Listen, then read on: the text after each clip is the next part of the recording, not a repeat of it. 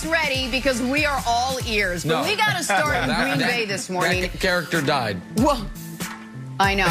When Aaron Rodgers is good, the Packers are usually good. And when the Packers are good, everything in Wisconsin tastes better, except cheese curd, which never tastes good. Packers are 8-3. Wow. Rodgers playing like an MVP. How can you and on start the show Sunday, with that cheese bad of a curd is take? always bad. On Sunday, he eclipsed the milestone of 50,000 passing yards. Just the 11th quarterback ever to do that. Is it me, or does Aaron Rodgers seem extra motivated this season? Here he is on milestones. When it comes to records, I love them and milestones. Like, I do take pride in them. I think they're more things you look back on when you're done playing.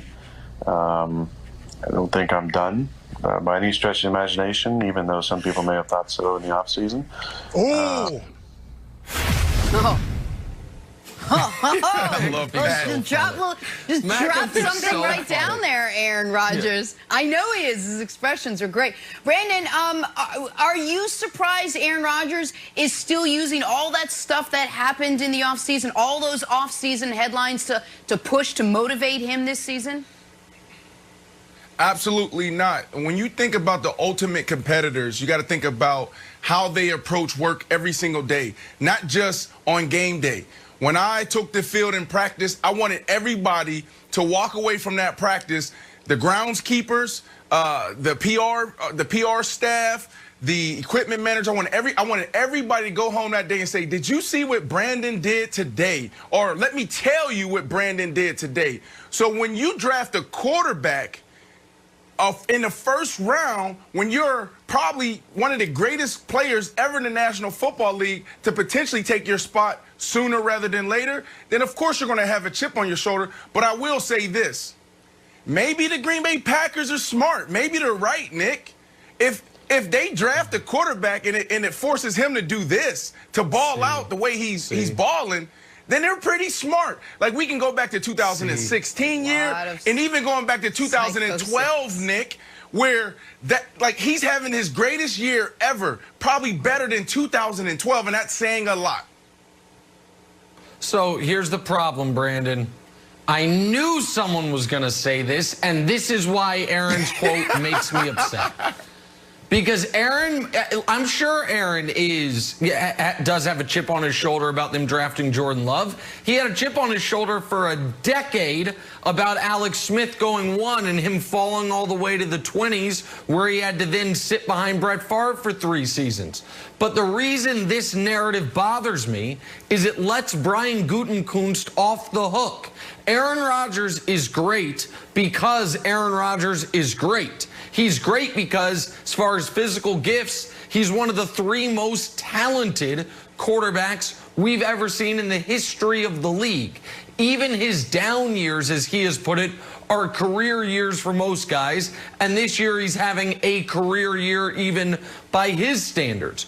But doing this almost reverse psychology of they drafted a quarterback because they wanted more out of their already great quarterback, it lets Gutekunst off the hook for the fact that no team in the league is getting less out of their draft this year than the Packers are. Jordan Love isn't even ahead of Tim Boyle on the depth chart. And it lets Gutekunst off the hook for in 2019, A.J. Brown goes 51, DK Metcalf goes 64, Terry McLaurin goes 75. The Packers had picks 12, 21, 44... 12, 21, 44, and 75. So they passed on McLaurin 4 times. They passed on DK and A.J. Brown 3 times. And that put them in the position they were in last season. So I just don't buy this idea that they traded up in the first round not to draft a player, but to draft an emotional cudgel for which Rodgers will fight against. But I do think, Wilds, that is what the narrative for the Packers almost has to become.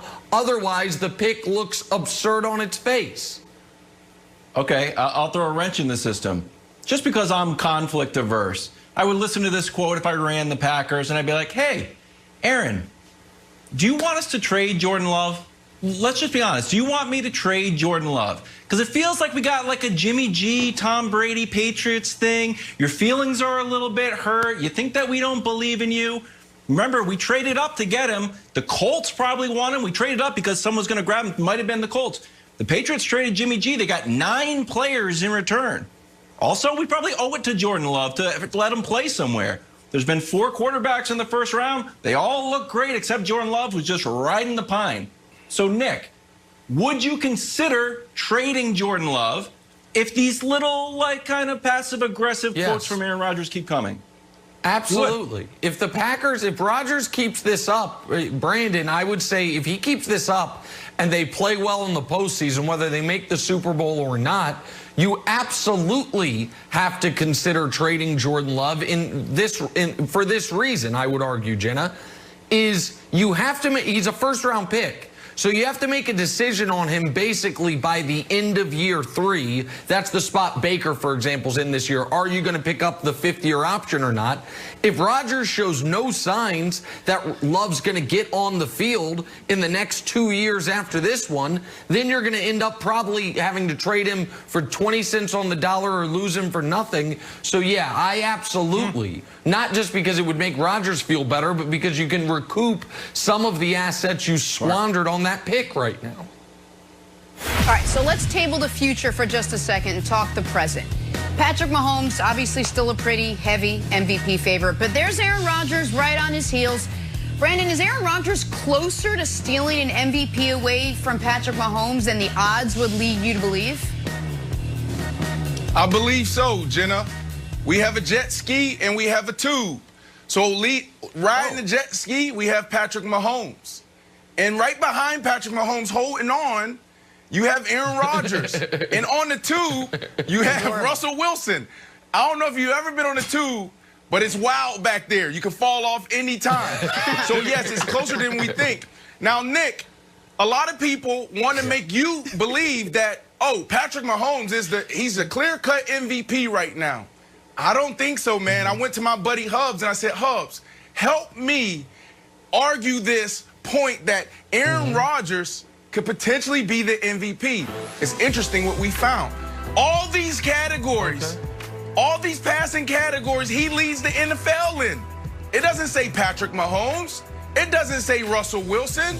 It says Aaron Rodgers. We laughed at Brian Westbrook last week when we said, okay, who do you have as MVP? And he said Aaron Rodgers after a loss. And we just laughed and demolished him. But he wasn't far off, Nick.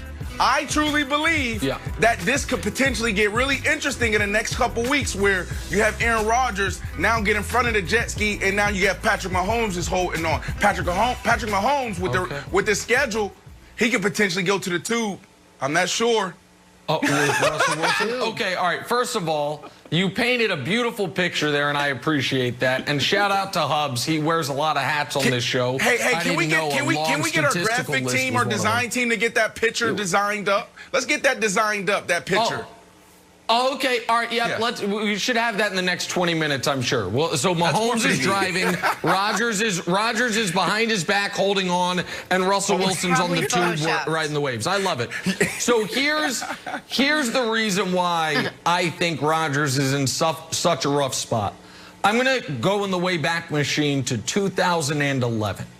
In 2011, Drew Brees set the NFL all-time record for completion percentage. He also set the all-time record for passing yards in a season. His team was 13-3. He had a passer rating that year of 110, and he had a touchdown interception ratio of 46-14. So how the hell did he not win league MVP? 110 passer rating, 13 wins, 46 touchdowns, most yards ever, highest completion percentage ever. Well, because Aaron Rodgers that year had 45 touchdowns to 6 interceptions. He had a 122 passer rating, and his team went 15-1. So a year for Brees that in almost any other season would win you MVP, it didn't, because you had a guy who simply was playing perfect football, and his team's record was damn near perfect as well. That's the situation Rodgers finds himself in this year on the other side of it. He is having a year that is MVP worthy for 90% of NFL seasons historically. Unfortunately, he's up against a guy whose team is going to go 14-2, 15-1, who's going to have a touchdown interception ratio of touchdowns in the 40s, interceptions around 4 or 5, and a near record passer rating. And because of that, nothing against Aaron, but it's